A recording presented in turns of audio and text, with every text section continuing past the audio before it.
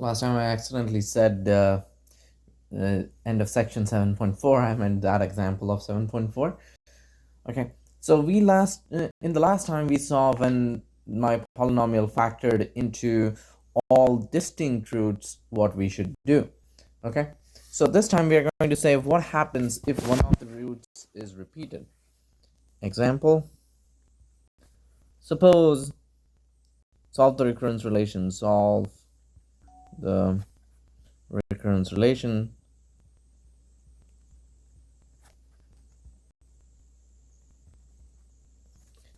h of n is equal to 2h of n minus 1 plus 4h of n minus 2 minus 8h of n minus 3. Okay, subject to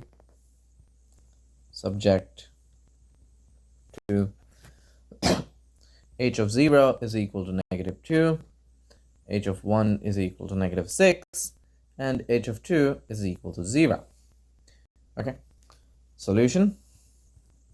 Once again, we are going to write this in q to the n form, x to the n, q to the n, whatever. I'm going to write it in q to the n is equal to 2 times q to the n minus 1 plus 4 times q to the n minus 2 minus 8 times q to the n minus 3. And then upon factoring q to the n minus 3, I get that I have to solve q cubed minus 2q squared minus 4q plus 8 is equal to 0, which factors as x plus 2 into x minus 2 squared is equal to 0, and therefore my roots, not x, q.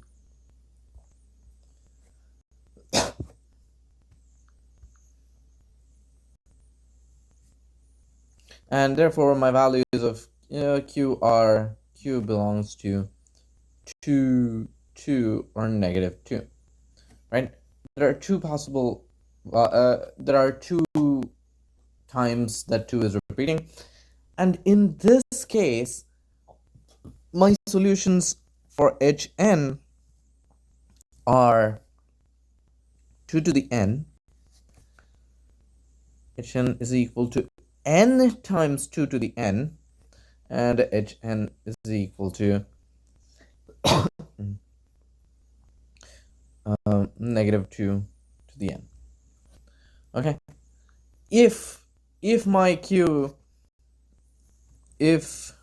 q was 2, 2, and 2, my hn would be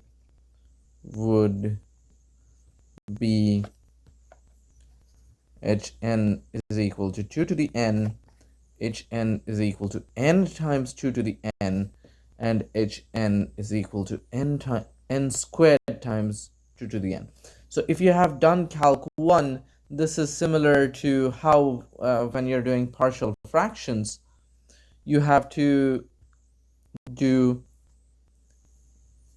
you have to take into account if your polynomial has repeated roots, right? This is the same thing we are doing. We are doing similar to the partial fractions. Because my root is getting repeated, I have to do n times it and n squared times it. Okay, so in this example I only have two repeated ones, and so I get 2 to the n, n times 2 to the n, and so my final hn, therefore any general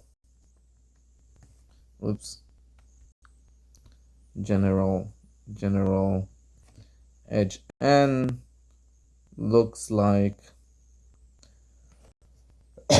hn is equal to a times 2 to the n plus b times n 2 to the n minus plus c times negative 2 to the n, or if you want to write it as a plus n times b 2 to the n plus c times negative 2 to the n. Okay, now we have the extra constraints of values of h0, h1, and h2. I showed you last time how to solve it. I'm not going to repeat the entire process. Solving for h0, h1, and h2, we get that a is equal to -3, b is equal to 1, c is equal to 1, and therefore solution for this specific example,